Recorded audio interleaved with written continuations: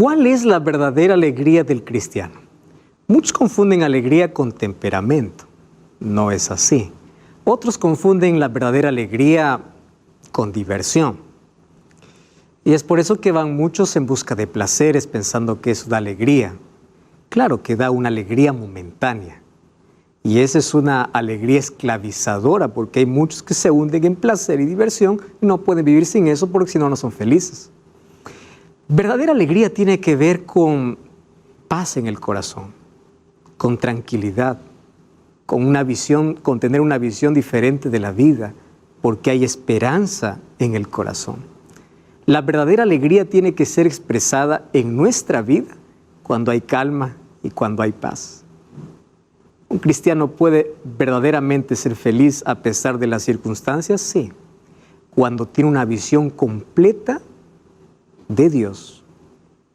Porque cuando él conoce a Dios, comienza a ver la vida de manera diferente. A pesar de las circunstancias, tragedias, dolor que encuentra en el camino, él aprendió a contemplar el amor de Cristo. Y ese cuadro completo nosotros lo vemos dentro del santuario. Vemos la justicia y el amor de Jesús. Ahí encontramos que somos tan valiosos para Él. Pero también encontramos cuál es la voluntad de Dios para mi vida o para nuestra vida. Bienvenido a un programa más de Biblia Fácil. Estamos listos como siempre con Biblia en mano, disposición en el corazón para poder escuchar la voz de Dios. Y ya sabes que hoy estamos aquí sin invitados porque tú eres nuestro invitado especial y nos estamos preparando para una nueva temática que realmente será sorprendente. Ya te estaremos anunciando sobre qué trata. Estamos listos para un tema más, entonces vamos a pedir la bendición de Dios a través de una oración. Y antes de orar, quiero invitarte para que puedas ingresar a nuestro sitio web estudielabiblia.com y elijas la manera cómo estudiar la Biblia. Allí tú puedes escoger estudiar por WhatsApp, pedir un curso bíblico en físico o también un curso bíblico virtual. Vamos juntos a comprender más sobre el amor de Jesús. Vamos a abrir nuestro corazón, vamos a hablar con Dios. Querido Dios, te pido una bendición muy especial en este momento por todas las personas que están listas para poder escuchar tu voz a través de tu palabra. Yo soy apenas un ser humano, mas quiero que tu Santo Espíritu, por favor, toque nuestro corazón. A comprender cuál es tu voluntad y cuál es ese maravilloso plan de salvación que trae tanta alegría a nuestro corazón, a pesar de las crisis y circunstancias por las cuales estamos pasando. Danos tu bendición. Por favor, hoy queremos ser vestidos por tu justicia y queremos que Jesucristo pueda ser mostrado en su realeza como nuestro sacrificio, pero también como aquel que quiere que hagamos su voluntad. Danos tu bendición en nombre de Jesús. Amén. Muy bien, en el programa anterior hablamos sobre la relación que tenía el tabernáculo y las vestiduras del sacerdote. Y allí nosotros encontramos lecciones preciosas. Encontramos que habían 3 colores que se repiten. ¿Recuerdas cuáles son? El púrpura, carmesí y el azul.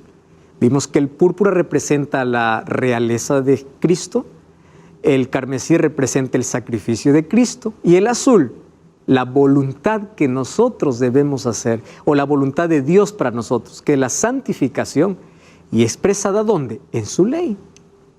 Hay muchos que solamente aceptan el sacrificio de Cristo y se olvidan que Él es el Rey y también el legislador.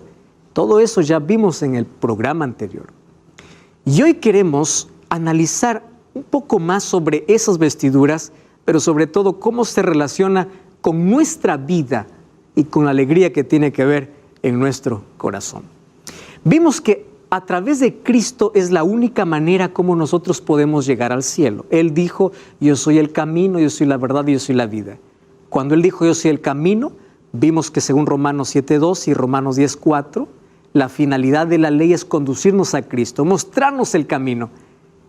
Y cuando nosotros guardamos su ley, lo que estamos haciendo es aceptar su voluntad para nuestra vida, porque la ley es la base de su gobierno. La ley no fue abolida en la cruz y el único que está en contra de la ley, según Apocalipsis 12:17, es el diablo. Por favor, no te pongas de su lado. Número 2, nosotros descubrimos también que Cristo es la verdad y la verdad está expresada en su palabra. Cuando dice que Él es la verdad, está representada incluso por el maná. Y según Juan 17:17, dice que su palabra nos santifica. Santifícalos en tu verdad, tu palabra es verdad. Cuando dice que Él es la vida, ya descubrimos que está representado dentro del arca de la alianza como la vara de Aarón que floreció, porque era una vara quebrada, una vara seca que un día floreció, representando que Cristo puede dar vida a cualquier persona, que aún los muertos en Cristo resucitarán. Es la promesa de Jesús. Entonces, Él es nuestro camino, es la verdad y Él es la vida. Y a través de Él podemos llegar al cielo. Entonces, Él es como una escalera. Ya vimos que así como Jacob soñó una escalera que unía la tierra con el cielo, que está en el libro de Génesis capítulo 28, en el libro de Juan capítulo 1, versículo 51, encontramos que Cristo dice que Él es la escalera. Mira lo que dice el libro de Juan capítulo 1, versículo 51. Dice así: y agregó diciendo, de cierto os digo, desde ahora veréis el cielo abierto y a los ángeles de Dios subiendo y bajando sobre el Hijo del Hombre. ¿Quién es entonces la escalera? Jesús. Y si esa escalera significa que hay peldaños para subir. Por eso es que Jesús, cuando me invita a dejar mis cargas en Él, Él me ofrece su perdón. Él me reviste de su justicia. Pero no queda allí. Él transforma mi vida.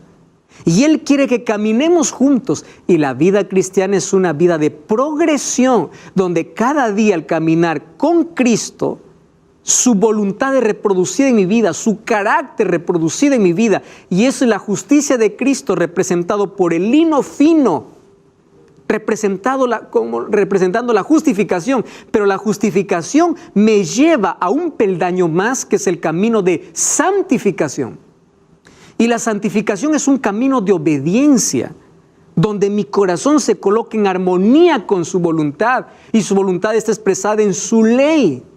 No te olvides de eso. Recuerda el libro de Salmos capítulo 40, versículo 8. El hacer tu voluntad me ha agradado y tu ley está en mi corazón. Por eso es que en el nuevo pacto, en Hebreos capítulo 10, dice que Jesús quiere poner su ley en nuestro corazón, ya no más en tablas de piedra, sino en nuestro corazón.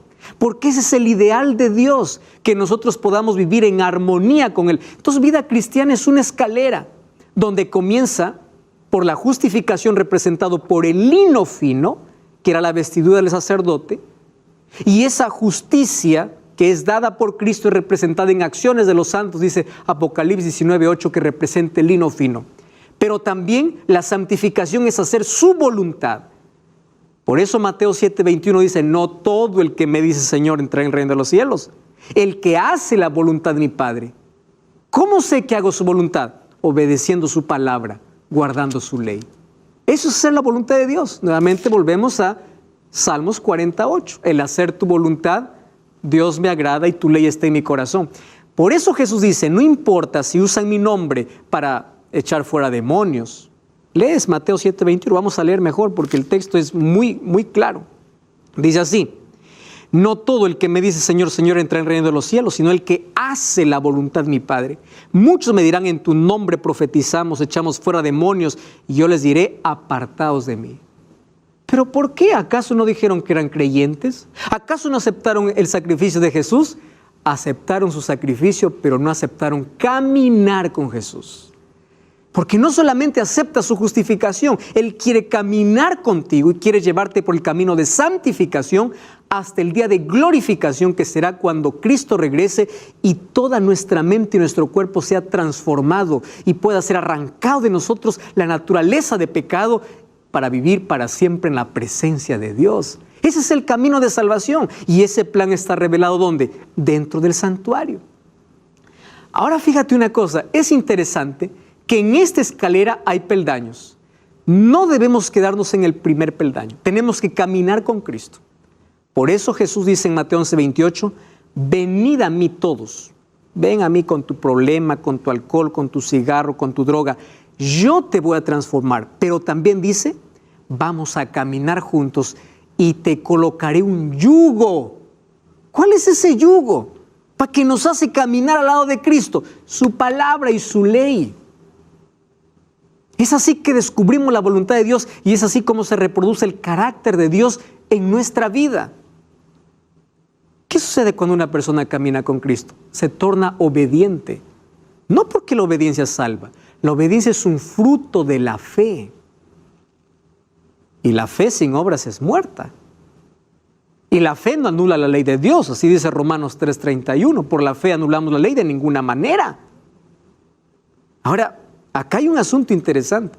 Hacer la voluntad de Dios, según Mateo capítulo 7, versículo 21, es indispensable para entrar en el reino de los cielos.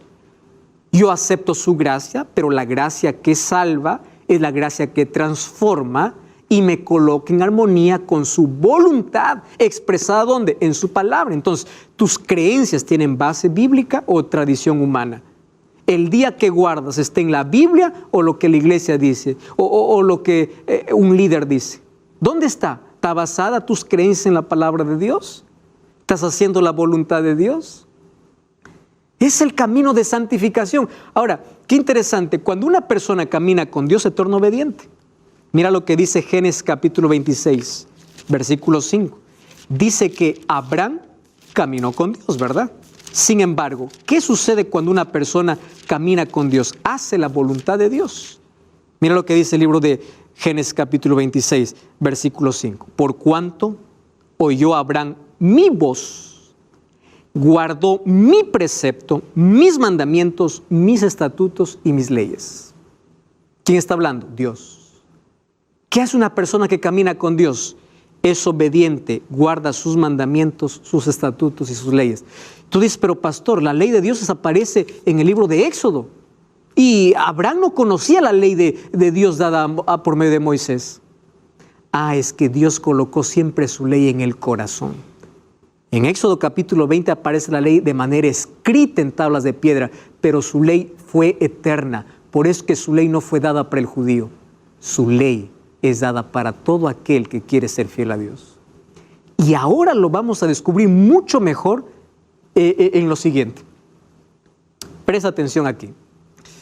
Dentro del santuario nosotros encontramos por lo menos 2 compartimentos, y esto sería el atrio donde se ofrecían los sacrificios, pero había un compartimento donde entraba el sacerdote, que era el lugar santo y el lugar santísimo. Cristo quiere primero que entremos por la puerta. Jesús dice, yo soy la puerta. ¿A dónde nos invita a entrar? Al atrio.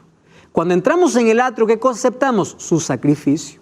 Confesamos públicamente nuestra fe a través del bautismo. Todo sucede ¿dónde? En el atrio. Pero no quiere que te quedes en el atrio. Jesús dice, vamos a caminar, vamos a cruzar el primer velo, lugar santo. Vamos a vivir de acuerdo a los principios eternos para que un día podamos cruzar el otro velo y podamos llegar al lugar santísimo. Ahí está el camino de justificación, santificación y glorificación en el plan de salvación. Ahora, otro detalle interesante. Éxodo 39:29 dice así: también el cinto de lino torcido, ojo, nuevamente los colores, azul, púrpura y carmesí, de obra de recamador, como Jehová lo mandó a Moisés. Mira, el sacerdote tenía vestidos. El sumo sacerdote tenía una lámina que decía santidad a Jehová. Ya descubrimos qué significa santidad a Jehová. Es estar en armonía con su voluntad expresada en su ley. Ahora, fíjate otra cosa. Tenía un cinto. Y el cinto otra vez tenía los 3 colores: azul, púrpura y carmesí. Ya vimos que representa, ¿no? El azul representa los mandamientos de Dios. Púrpura, la realeza de Dios. Carmesí, el sacrificio de Cristo. Ahora, ¿por qué un cinto? Porque un cinto hace que la vestidura se ajuste al cuerpo. La pregunta es, ¿cómo yo hago que el vestido que Cristo me da se ajuste a mi vida? Y aquí está la respuesta. ¿Quieres saber la respuesta? Mira, Isaías 11:5. Dice así: y será la justicia cinto de sus lomos y la fidelidad el cinturón, el ceñidor de su cintura. ¿Qué cosa es el cinturón entonces? El apóstol Pablo en Efesios 6:14 dice: estad firmes, ceñidos vuestros lomos con la verdad y vestidos con la coraza de justicia. Cristo te viste, pero tienes que ceñirte. Isaías dice que es la fidelidad, Pablo dice que es la verdad. Tú eres llamado a ser fiel a Dios, a su palabra, no a una organización, no a un líder, a la palabra de Dios. Entonces, Cristo me da su vestido, su justicia, pero también Él me ciñe. Por eso es que la salvación viene de Él. Y Él me ciñe a través de su justicia y de su verdad. ¿Qué cosa es lo que tiene que hacer todo ser humano para recibir la vestidura de Cristo? O sea, primero el lino, luego el color azul y luego el color púrpura. Así como era vestido un sacerdote, hoy también es simbólicamente vestido un hijo de Dios. No literalmente, simbólicamente a través de su justicia. Muy bien, vamos entonces a hacer un breve repaso de lo que hacía un pecador para ser justificado. En primer lugar, la justificación se encontraba ¿dónde? Para el pueblo de Israel, en el altar de sacrificio. Ese altar para nosotros, ¿qué cosa es? El sacrificio de Jesús hecho en la cruz. Entonces, el sacrificio estaba allí, pero solamente era aplicado a favor de aquel que cree. Por eso es que el pecador tenía que entrar por la puerta trayendo su cordero. Ahora nosotros no necesitamos llevar un cordero porque el cordero es Cristo, pero sí tenemos que entrar por la puerta. Y cuando entraba por la puerta ya estaba cubierto de lino. Fíjate una cosa, porque para entrar al atrio ya estaba postes hechos con telas de lino. Ese lino representaba ¿qué cosa? La justicia de Cristo. Sin embargo, cuando el pecador entraba hasta el atrio, el sacerdote lo recibía y era el pecador quien sacrificaba el animal. ¿Comprendes? Vamos a entender un poquito más sobre la justificación. Entonces eso representa que son mis pecados que dieron muerte a Jesús. Cada vez que yo cometo un pecado significa yo fui partícipe de la crucifixión de Cristo. Entonces no solamente fue los soldados, no solamente fue Pilato allá, fueron mis pecados. Ahora, el pecador degollaba el sacrificio. ¿Qué cosa hacía el sacerdote? Recibía la sangre. Mira, vamos a leer ese texto. Después con su dedo, el sacerdote tomará de la sangre de la expiación y lo pondrá sobre los cuernos del altar de holocausto y derramará el resto de la sangre al pie del altar y le quitará toda su grosura como fue quitada la grosura del sacrificio de paz. Y el sacerdote le hará arder en el altar sobre la ofrenda encendida a Jehová y le hará el sacerdote expiación de su pecado que habrá cometido y será perdonado. Un asunto interesante. ¿Cuándo el pecador era perdonado? Eso tenemos que entender. No solamente cuando la víctima moría, era perdonado cuando el cordero era quemado y la sangre era llevada incluso al primer compartimento. Por eso necesitamos entender el ministerio de Cristo ahora en el santuario celestial. Porque el sacrificio que Jesús realizó en la cruz hoy está aplicando a favor de aquel que cree. Pero ahora vamos a trasladar lo que se hacía en el santuario para nuestra experiencia. Fíjate lo que sucedía. Primero dice que el sacerdote tomaba la sangre y se iba ¿hasta dónde? Hasta el altar de sacrificio. En el altar de sacrificio, tú puedes ver que era madera vestida de bronce. Esto tiene un significado muy especial, muy especial. En las 4 puntas de este altar habían cuernos. Y esto tiene un símbolo especial. Estos cuernos. Mira, ve. El sacerdote recibía la sangre y colocaba sobre los cuernos del altar. Pregunta, ¿por qué 4? Recuerda que 4 representa totalidad. Recuerda los 4 vientos que los ángeles están sosteniendo en Apocalipsis capítulo 7, representando los 4 ángulos de la tierra. Entonces esa sangre que era derramada por ese cordero, representaba que esa sangre era suficiente también para perdonar a toda la humanidad, porque el verdadero cordero iba a morir. O sea, cada vez que un cordero moría o un sacrificio se hacía, ellos estaban repitiendo Juan 3:16, porque de tal manera amó Dios al mundo. El mundo estaba representado por estos 4 cuernos, donde se colocaba la sangre. Esto representaba el sacrificio de Cristo y su sacrificio iba a limpiar al mundo de sus pecados. ¿Qué sucedía? Ese cordero era finalmente quemado. ¿Por qué era quemado? Acá hay otro asunto que tenemos que entender. Porque Cristo vino a salvarnos de la muerte eterna. Ese fuego representa el juicio de Dios terminando con el pecado. Yo necesitaba morir, pero Cristo vino a salvarme de la muerte eterna, del juicio final. Entonces ese cordero era quemado en mi lugar, yo merecía morir. Y representaba que todos aquellos que acepten su sacrificio van a ser librados de la muerte eterna, del juicio ejecutivo. Otro detalle, este altar era de madera. Si aquí el sacrificio ardía, imagínate, la madera fácilmente arde. ¿Pero por qué no ardía la madera? Porque la madera estaba cubierta de bronce. Este bronce representaba la gracia de Dios. Hoy está cubierto el sacrificio por su gracia. Por eso es que Él paga nuestra condenación. Él se coloca en nuestro lugar. Él es nuestro sustituto y Él nos perdona y Él nos ofrece sus méritos para que podamos ser salvos. Pero un día este bronce será quitado y la madera arderá. Quiere decir que aquellos que no aceptaron el sacrificio de Cristo morirán en el fuego para siempre. La muerte eterna, donde no hay más esperanza. Por eso es que aquí en este altar de sacrificio está representado el sacrificio de Cristo, mas también está representada su gracia. ¿Y tú sabías que este bronce representa los pies de Jesús? Es interesante cómo en el libro de Apocalipsis capítulo 1, versículo 15, mira lo que dice. Cuando Juan ve a Cristo glorificado, ya en el santuario, él empieza a describirlo.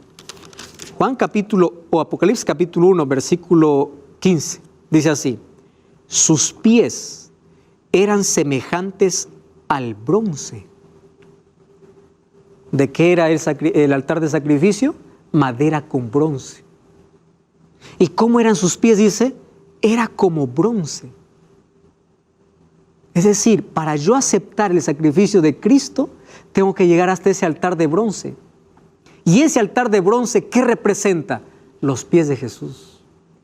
Por eso tengo que dejar mi orgullo, mi incredulidad, y tengo que rendirme a sus pies. Porque la salvación comienza cuando yo me rindo a los pies de Cristo. Y la lección más linda que encontramos esto, ya incluso vimos en el programa anterior, es con María Magdalena, una mujer pecadora que un día, siendo acusada, fue llevada a los pies de Cristo. Satanás hace lo mismo. Nos lleva al pecado y luego nos acusa y dice, merece morir.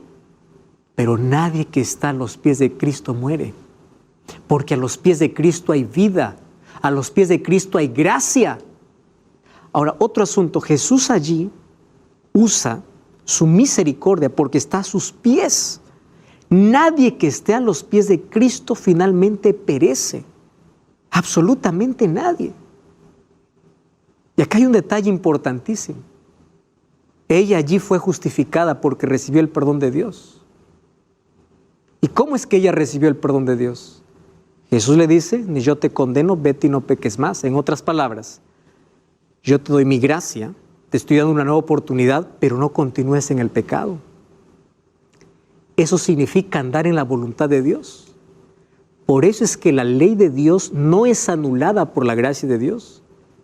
¿Cómo yo ando en la voluntad de Dios? Cuando obedezco su ley.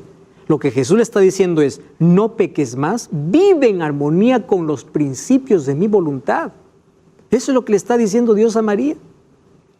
Lo encontramos en el libro de Lucas capítulo 10, que Marta y María, que eran dos hermanas que estaban atendiendo a Jesús, mientras Marta estaba en sus quehaceres, María, ¿dónde estaba? Aprendiendo a los pies de Cristo. Allí Jesús le dice a Marta, Marta, muchos quehaceres te tienen turbada. María ha elegido la mejor parte, la cual no le será quitada. Ahora, aquí hay un asunto interesante. ¿Qué cosa es lo que nunca te será quitado? Cuando tú estás a los pies de Cristo, nadie te quitará, nadie te condenará. Nadie se perderá cuando uno acepte el sacrificio de Cristo. Pero Cristo no solamente te deja a sus pies. Él quiere llevarte porque Él es la escalera para el cielo, por el camino de santificación. Y eso nosotros lo encontramos nuevamente en el libro de Juan, cuando vemos que Simón hace una fiesta y María compra un perfume para derramar, ¿dónde? A los pies de Cristo. Nuevamente a los pies de Jesús. Eso es lo que entendió María, que no existe mejor lugar que estar a los pies de Cristo. ¿Y qué cosa es lo que sucedió allí? Ahí expresó su amor de manera pública, porque el perfume no se puede esconder. Es allí donde comienza una vida al lado de Cristo, diciendo para todos públicamente: renuncio a mi vida pasada y a través de este perfume hago público mi amor por Jesús. Y ese amor público por Jesús hoy lo podemos hacer a través del bautismo. Ella lo hace público su amor, pero está a los pies de Cristo. Cuando Jesús murió en la cruz estaba Juan, la madre de Jesús, ¿y quién más estaba? María Magdalena. ¿Dónde? A los pies de la cruz. Y cuando Jesús resucitó, la primera mujer que vio a Jesús, la primera persona que vio a Jesús después de su resurrección fue María Magdalena. ¿Y sabes lo que dice ahí el libro de Juan, capítulo 20, 17? María, volviéndose, le dijo Raboni, que significa maestro. Y Jesús le dice: no me toques porque aún no he subido a mi Padre. ¿A dónde se fue María? No se fue a abrazarlo, se fue a los pies de Cristo. Allí comienza la salvación. En el altar de sacrificio, a los pies de Jesús. Y es allí donde Cristo me justifica. Esto todavía no concluye, hay muchas otras lecciones para aprender. Pero no cambies el canal, vamos a una breve pausa y estamos de regreso. Esto es Biblia Fácil.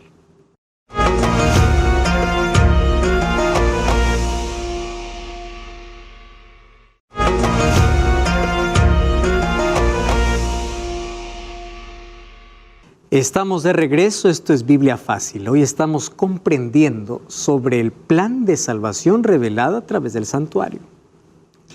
Y estamos viendo detalles súper importantes que tienen que ver con la manera como yo acepto la gracia de Cristo y cómo la gracia que me salva, la gracia que me transforma, es la gracia que me lleva por un camino que en la Biblia es representada como una escalera donde hay que cada vez ascender. Yo no tengo que quedarme ni en la puerta ni en el atrio. Cristo me quiere llevar adentro del santuario. Cristo me quiere llevar al lugar santo, porque el lugar santísimo representa su gloria, su presencia. Para que yo pueda entrar a su presencia, que eso va a acontecer cuando Jesús regrese, yo tengo que primero aceptar su sacrificio y yo tengo que ingresar al lugar santo. Ese lugar santo es un camino de santificación, donde los seres humanos buscamos hacer la voluntad de Dios. Sin embargo, su voluntad lo podemos hacer no por nuestros esfuerzos, porque nosotros tenemos una naturaleza pecaminosa, mas su voluntad hacemos por su justicia, que lo recibimos cuando vivimos a sus pies, cuando caminamos con Él. Es allí donde somos vestidos de lino fino, así como los sacerdotes eran vestidos. Pero también luego nos enseña a hacer su voluntad. Hoy vamos a ver cómo eso se entendía perfectamente en el Antiguo Testamento. Por eso es que en el libro de Salmos encontramos varias referencias para el santuario. Esas referencias hacían allí alusión al perdón de Dios, a la grandeza de Dios o al sacrificio que Él hizo en nuestro favor. Y cuando nosotros hablamos del libro de Salmos, hablamos del libro más grande de toda la Biblia. Es el único que tiene 150 capítulos.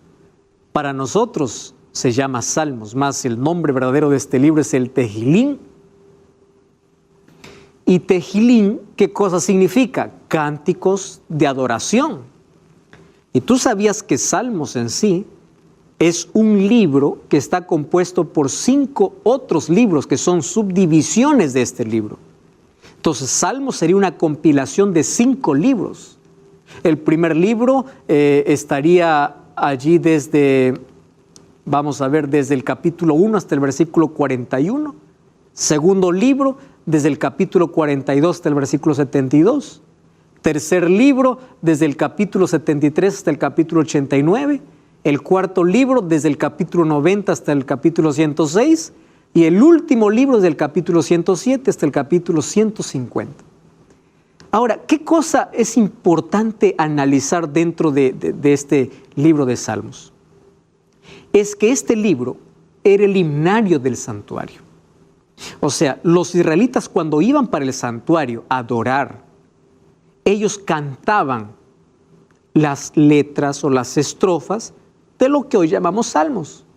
Y es interesante porque en Salmos hay oraciones que expresan experiencias, sentimientos, pero dicho de manera poética y elevada para Dios. Salmos se conoce como aquel lenguaje del corazón, donde el ser humano cuenta su experiencia con Dios, del encuentro, de la vivencia que tiene con Dios. Son oraciones poéticas. Por eso era el himnario del santuario y eran cánticos de adoración. Ahora, es interesante que los cantos del libro de Salmos tienen un contenido riquísimo. ¿En qué? En Cristo. La teología de Salmos es Cristo. Hay muchas profecías sobre Cristo basadas en el libro de Salmos. Por ejemplo, Salmos capítulo 22 habla acerca de la muerte de Jesús, cómo sus vestidos fueron echados suerte, o su vestido fue echado en suertes. Habla sobre varias palabras incluso que Jesús mencionó en la cruz. Dios mío, ¿por qué me he desamparado? Está registrado en el libro de Salmos. Son profecías sobre el ministerio de Cristo sobre la tierra. Ahora, es interesante también notar que allí en el libro de Salmos, la música que ellos cantaban o entonaban o adoraban a Dios era una música con contenido netamente espiritual. Y ellos sabían que la música ayuda muchísimo para poder comprender grandes verdades. Por eso es que hoy Satanás está tan interesado en distorsionar la música, porque a través de la música él puede vender su filosofía.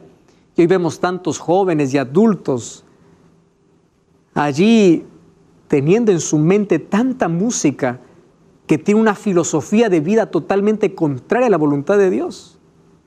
Sin embargo, los salmos nos enseñan a cantar con un contenido que nos ayude y nos lleva a hacer la voluntad de Dios. Y el contenido de su letra es cristocéntrica, no antropocéntrica. El centro no es el ser humano, el centro es Dios. Incluso nuestra música que nos lleva a adorar a Dios tiene que ser como centro Cristo, su grandeza y su poder. Ahora, encontramos varios salmos lindos. Queremos allí repasar, por ejemplo, algunos de ellos. En el último libro, o los últimos capítulos de Salmos, nosotros encontramos que eran llamados los salmos de peregrinaciones para el templo. ¿Qué significa? Habían por lo menos 3 veces al año donde los israelitas, no importa el lugar donde ellos estaban, tenían que subir hasta el santuario, hasta el templo en Jerusalén. ¿Por qué subir? Porque Jerusalén estaba en una parte alta y toda esa subida ellos lo hacían cantando. Y vamos a encontrar lindos cantos. Por lo menos 3 veces al año ellos peregrinaban. La primera era la fiesta de la Pascua, junto con los panes sin levadura. La segunda fiesta importante era la fiesta del Pentecostés. Y la tercera era la fiesta de los tabernáculos, que era lleno de alegría. Jesús, cuando estuvo aquí en la tierra, incluso participó de algunas fiestas. Juan capítulo 7 habla que en una de las fiestas Él dice, yo soy el agua de vida. Está hablando acerca de la fiesta de las cabañas o de los tabernáculos, donde había tanta alegría. Yo soy el agua de vida. Y donde habían ceremonias, donde colocaban agua en odres enormes para recordar cómo Dios los había sustentado con agua en el desierto. Y Jesús aparece en medio de esa multitud para decir, yo soy el agua. En otra fiesta, que era la fiesta de los tabernáculos, también dice Jesús, yo soy la luz del mundo. Jesús participó de esas fiestas. Ahora, todas esas fiestas obviamente representaban a Cristo, pero esas peregrinaciones para celebrar esas fiestas lo hacían cantando, ¿qué cosa? Salmos. Multitudes iban allí para Jerusalén. Y me encanta repasar algunos de esos salmos de su vida o aquellos salmos que eran entonados mientras iban a ver el templo. Vamos, por ejemplo, a ver Salmos capítulo 122, versículo 1. Allí dice, yo me alegré con los que me decían, a la casa de Jehová iremos. Este era un salmo que se cantaba mientras subían para el templo, donde expresaban con alegría, las familias se reunían, las personas hacían grandes caravanas y subían para adorar. Ahí aparece el Salmo 122, yo me alegré con los que me decían, a la casa de Jehová iremos. ¿Por qué ellos necesitaban estar ahí en la casa de Jehová? Y es interesante la alegría. Mira, Salmos capítulo 134, dice así, mirad, bendecid a Jehová vosotros todos los siervos de Jehová, los que están en la casa de Jehová, estáis por las noches. Alzad vuestras manos al santuario y bendecid a Jehová, desde Sión te bendiga Jehová, el cual ha hecho los cielos y la tierra. La alegría de poder participar, entrar al santuario, porque entendían mucho mejor el plan de salvación. Cada vez que ellos entraban al santuario, ellos disfrutaban al saber del amor de Dios por sus hijos, porque cada ceremonia, cada culto, todo lo que se realizaba dentro del santuario, hablaba sobre el plan de salvación. Y ellos entendían que el santuario real estaba en el cielo. Por eso que cuando entraban al santuario terrenal, ellos imaginaban un día entrar al santuario terrenal. Ese concepto está bien claro. Mira, Salmos capítulo 11. Todo israelita lo tenía muy claro ese concepto. Versículo 1. Salmos capítulo 11, versículo 1. Vamos al versículo 4. Dice así, Jehová está en su santo templo. Jehová sostiene o tiene en el cielo su trono y sus ojos observan, sus párpados examinan a los hijos de los hombres. Jehová prueba al justo, pero al malo y al que ama la violencia lo repudia. Sobre los malos hará llover calamidades. Jehová es justo y ama la justicia. Ellos están diciendo, Dios está en el cielo, en su santuario, actuando con justicia.